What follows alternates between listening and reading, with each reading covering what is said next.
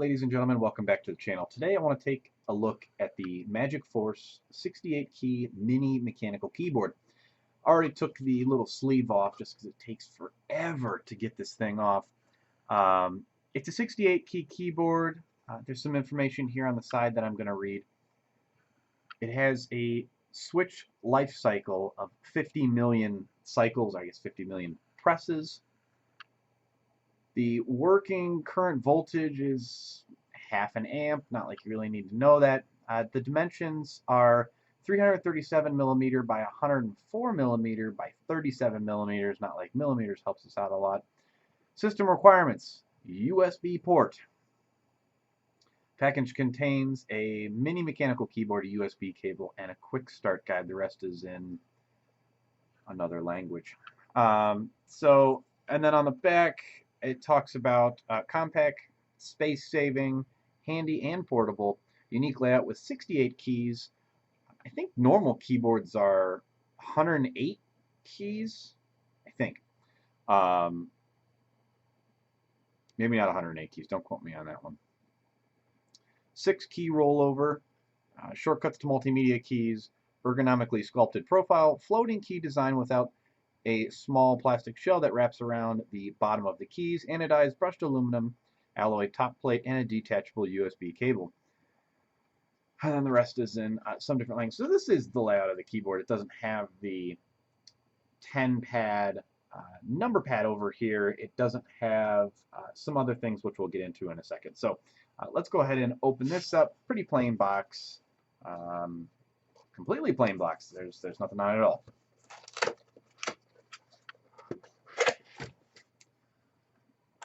So in the box you get a quick start guide, simple enough. It just has basically all the same information that we just went over. You get a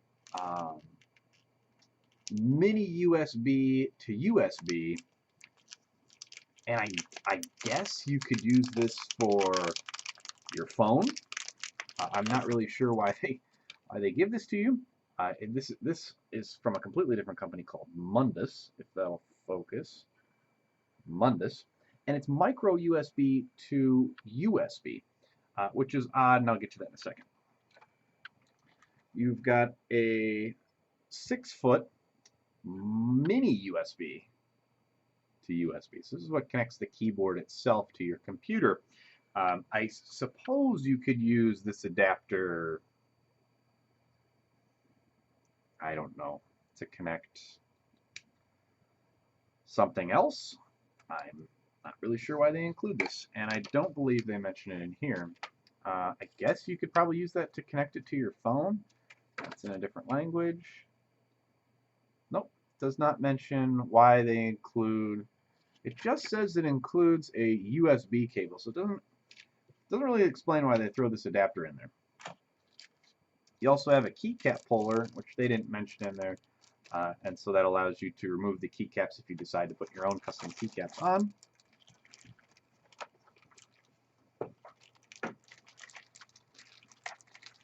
I got this with blue switches, just because I love that clack. I'll clack it for you here.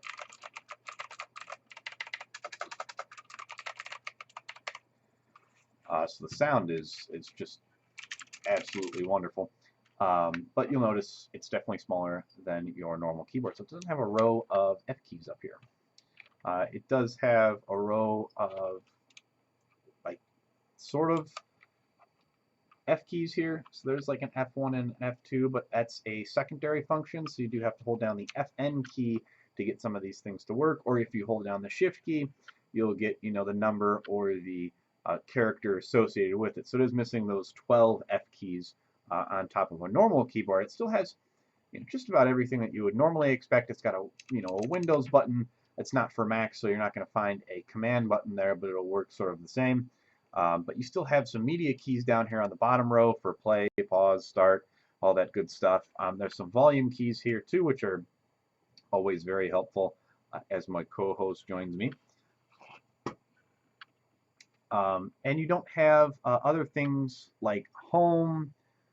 Well, you do have like a home and an end button here, but these are normally dedicated buttons, and then you normally have a number pad over here on the side. So those are some things that you're not going to get, but this is definitely a much smaller keyboard.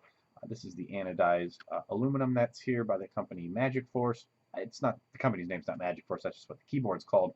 The company is actually called Kisan, I guess, or Kisan, Q-U-I-S-A-N. Not Q-U-I, Q-I-S-A-N, Q-I-S-A-N. On the bottom here, you've got some really, really nice rubber feet. Those are like a perfect height for the keyboard there. You've also got some rubber bumpers here if you are a Satan worshiper and you don't like the little feet risers. And then that's where the keyboard connects, obviously, and you've got a little cable trail here, so that'll kick it out the top. I've used this very briefly before I shot this video just to make sure everything works, and it is wonderful. I mean, the spacing of the keys take very little time to type on. I average between 120 and 140 words a minute. I was easily in the hundreds and 110, you know, with a brand new keyboard like this. So works out really well. Love the portability of it. I'll go get a fuller size keyboard so that we can kind of get a size comparison to the 68 key.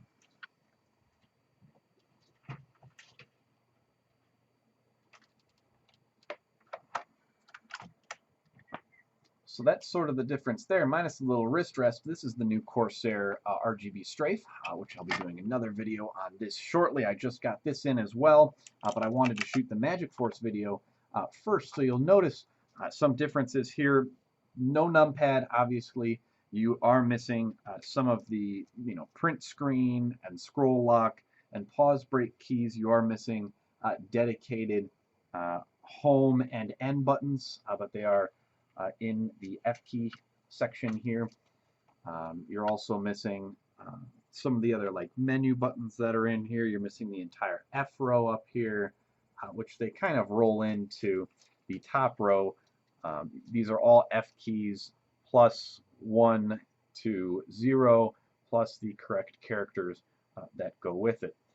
You don't get a dedicated tilde key, but that's wrapped into the escape key. So there's definitely a lot of keys that are cut out with this, but you can definitely tell the size comparison.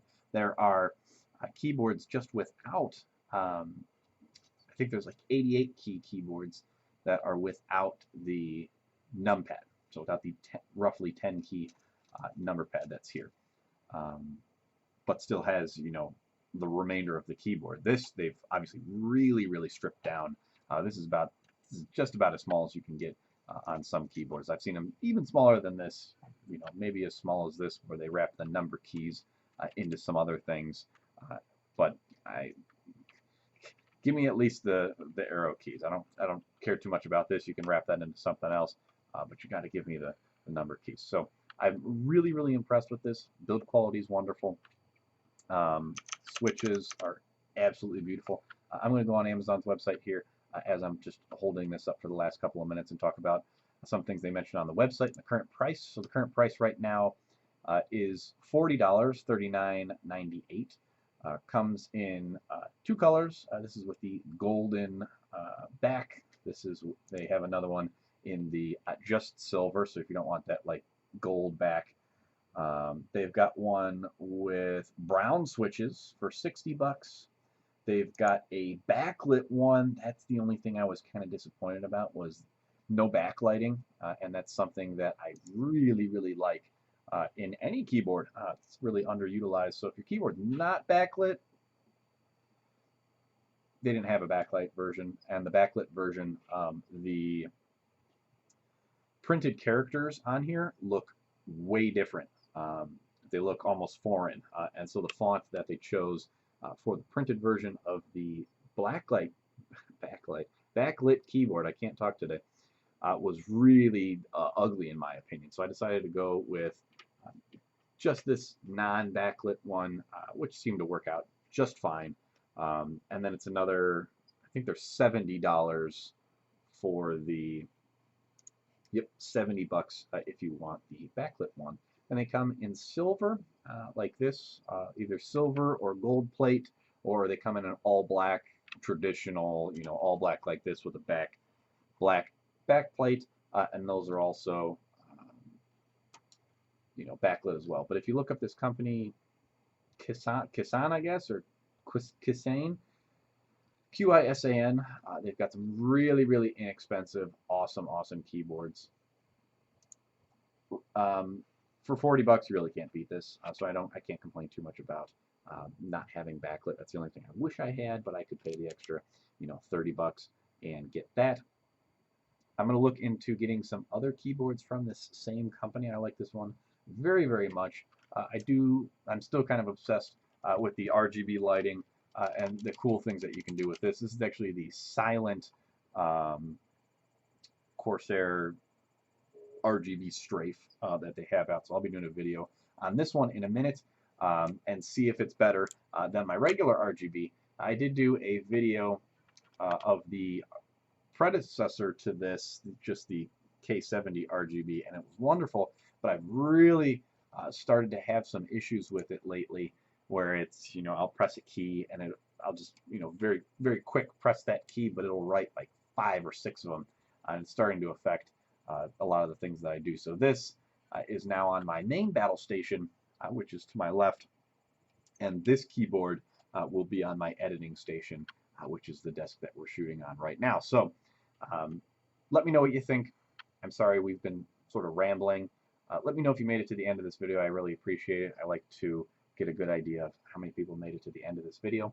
I'm going to still try to figure out why the heck they include a micro USB to USB right here. That doesn't make too much sense to me. On Amazon, they really don't have much more information as I'm looking over their website. They've got really, really positive reviews, but not everybody's a verified purchaser. They do use Cherry MX switches.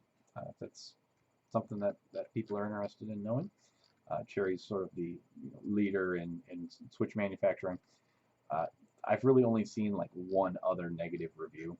A lot of people are buying this because it's super inexpensive, and then they might spend, you know, $100 or something like that on custom keycaps, and then you can really make this a nice custom keyboard for a little bit more than $40. But for $40, this is it. You want a small, you know, gaming keyboard for LAN parties or you travel a lot. This is it. It's absolutely incredible, especially with the blue switches. The clicky clack on this is just absolutely incredible, and I've been having fun with it for the past 2 days that I've had it in. So let me know what you think. Like the video if you like it, dislike it if you dislike it. Questions, comments if I missed something, if you know why on earth they include that little micro USB cable, let me know. I'll be back in a couple of months just to let you know how well this held up.